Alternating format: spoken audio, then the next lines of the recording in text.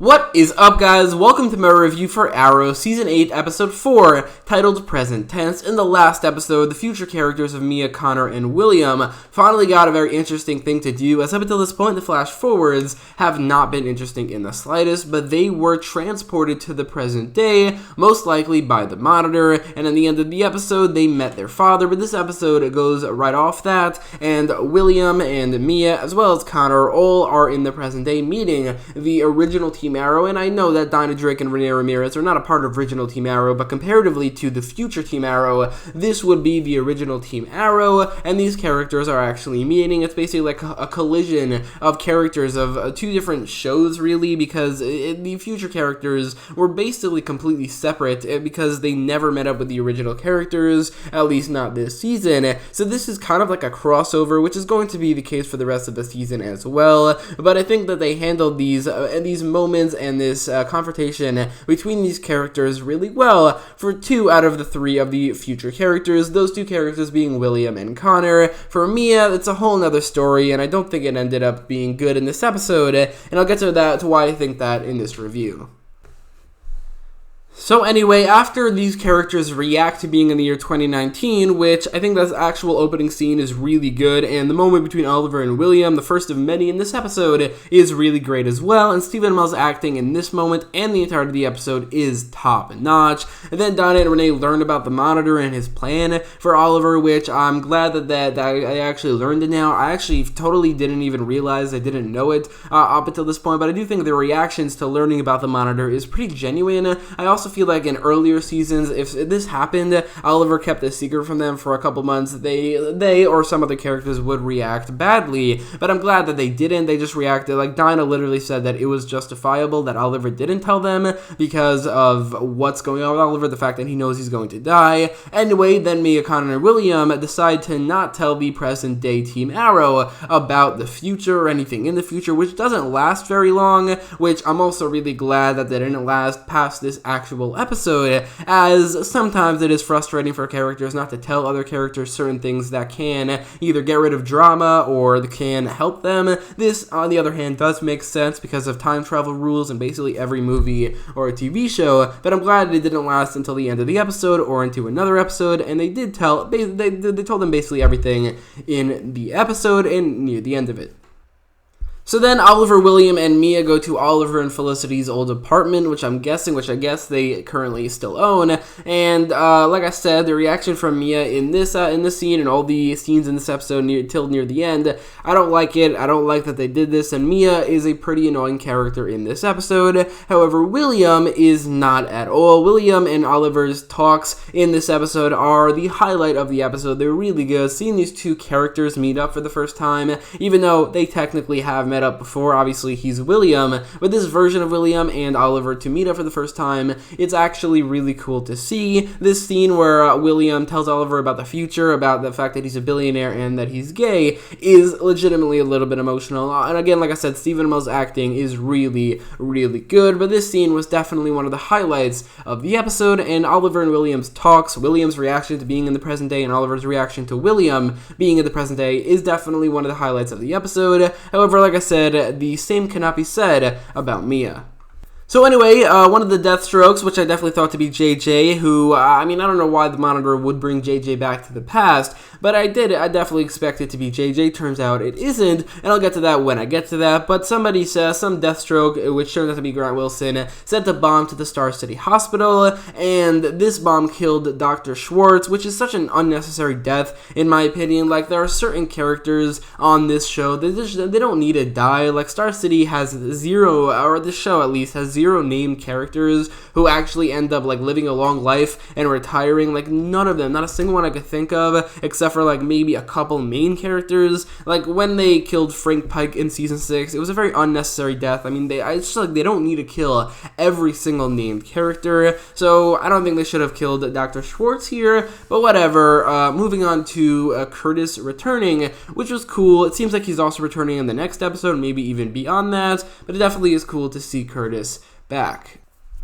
So anyway, then Connor and Diggle go to the SCPD, and Connor deciphers a message saying that the rich are the cancer of Star City, pointing to something that JJ used to say or something, and pointing that the Deathstroke is JJ. Then Connor, Mia, and William talk about the possibility of Deathstroke being JJ, and they go after the Deathstrokes, which is when we learn that Deathstroke is actually Grant Wilson, the son of Slade Wilson, who we actually saw in Star City 2046, where he looked like younger than he does here, where this is like over 20 years earlier. Maybe it's because of some Mirakuru enhancement that made him age slower. I don't know, but this was actually a very unexpected reveal because he is a character who we haven't seen in a very long time and didn't announce that he would return, and so yeah, that was definitely very unexpected. But also it means that the Monitor didn't bring back JJ to the present day, which begs the question, was it a crazy coincidence that the future characters came back in the exact same time or day that Grant Wilson showed up in Star City as Deathstroke, or was it purposefully done by the Monitor? Did the Monitor bring the future characters back to this exact moment to stop the Deathstrokes, and that's why they brought those characters back, and they also brought them back from a time where they were able to defeat the Deathstrokes? I think that is a possibility, and not a crazy coincidence that the Deathstrokes just happened to show up, just as the future characters did. So anyway, Team Arrow then shows up to help out, and they all escape from an explosion, which went off because Mia stepped on a bomb switch and Oliver turned it off. Definitely, I think, a pretty cool moment. But Donna actually overheard Connor call Deathstroke JJ, which is when they dump like all the information on the original Team Arrow, which is, I'm glad it happened so early on in the episode, and again, not in a later episode, but also that it didn't happen like at the end of this one. Anyway, future Team Arrow tells the original Team Arrow that the future is terrible, all the politicians are corrupt, including Renee. JJ is a murderer who goes by Deathstroke and runs a group of Deathstrokes, and he killed Zoe. And this is a crazy huge bomb that they drop on Team Arrow, and the reactions are really, really good. Diggle and Renee, obviously the characters who would be the most affected by this, because Diggle's son is a murderer while Renee's daughter is dead, both in the future. They talk to each other. It's definitely, I think, a great moment. And then Connor shows up and talks to Diggle as well. Again, a great moment, and I really like the interactions between Connor and Diggle, because Connor isn't really his son yet. He didn't adopt him yet, and it's very different for Connor, like in terms of his perspective. Anyway, I think it all is really good. So then Mia sets out to kill Grant Wilson to stop the future from happening. As it turns out, it's revealed that Grant Wilson actually started the Deathstrokes, and he's the one who trained JJ to succeed him. Oliver tries to stop her from leaving, and again, Stephen Amell's acting here is great, but Mia's reaction to all of this, I really, really don't like it. For somebody who never met their father who sacrificed himself to save the universe, to go back in time and to meet him, it's such a weird reaction, the way Mia is reacting to this. Is like the exact opposite of Nora's reaction in The Flash Season 5, and it's really annoying. She's really annoying. She's really unlikable in this episode, and then Laurel does go with her, and Laurel tries to convince her to not kill Grant, which is all fine, but I also think Laurel's, what she says here, calling Oliver a dick and saying that she doesn't like him, I honestly think it's not in line with what we've seen with Laurel recently, especially because of what she's done in the past and how Oliver kind of helped her redeem herself a little bit, and he wasn't really a part of it for the most part, but he did help a little. I think that's a little bit not really in character for Laurel to say, and I don't know, I don't like these interactions. I don't like Mia in this episode. Basically every scene where she's being this unlikable and annoying, it really, I think, drags down the episode, which is a shame because the only interactions with William and Connor and the present day characters are really, really good, but Mia is not.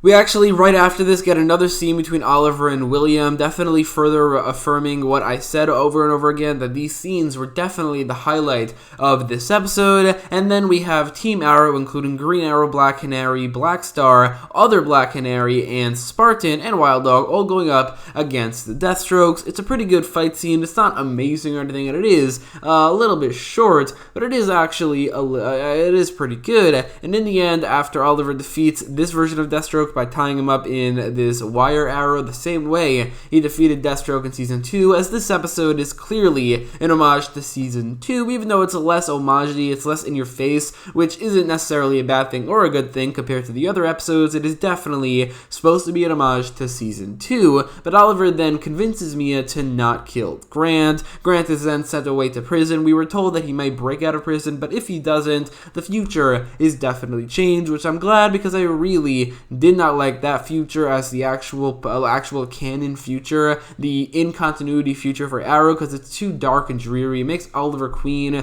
kind of a pointless person in this universe. He's not even a martyr in the future, so I'm glad that that is changing, for better or for worse, probably for better, because it seems like they're focusing on the good of the future while getting rid of the bad, as things like Renee running for mayor, Dinah and Laurel forming the Canaries, and also probably a couple more are still going to be there, but I think that the bad things are probably not going to be there as much.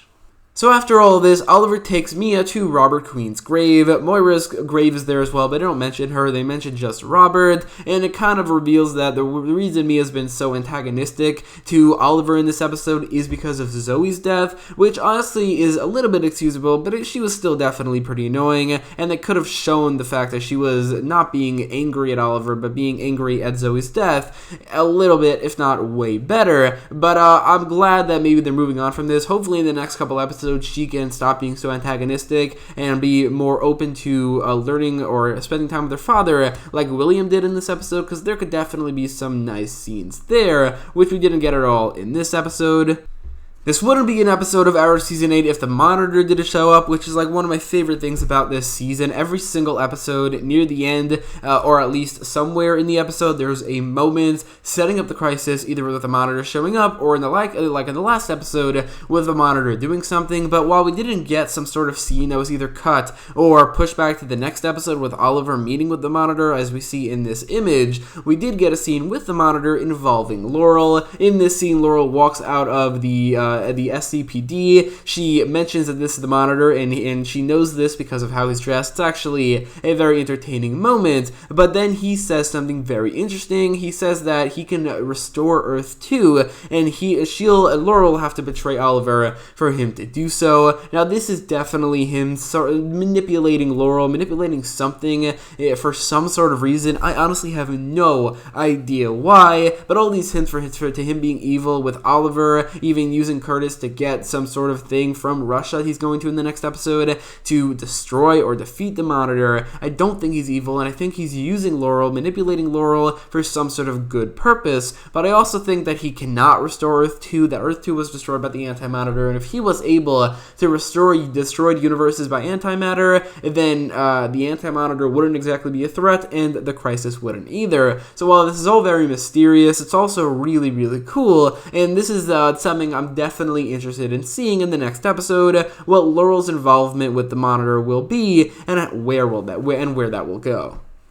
So anyway, I thought this episode was definitely, by far the worst episode of this season, mainly because of Mia, even though this episode is the first one to not have any flash forwards, which is a plus. It also barely has any crisis setup, but also Mia is even more annoying here than she is typically. On top of that, this episode it doesn't really have much to go off of that I thought was as good as the first 3 episodes of this season, which technically means that the season is getting worse and worse with every episode, but I don't think that's going to keep up, and I think the next episode, the episode after that one, the episode after that one, and definitely the crossover are all going to be probably really good, and hopefully this is the low point of the episode, of the season, but anyway, I'll give it an 8.6 out of 10, which is still pretty good. It's just not great or amazing like the season has been so far, but let me know what you thought about the episode in the comments down below, and if you like this video, make sure to leave a like, share, and subscribe, and thanks for watching.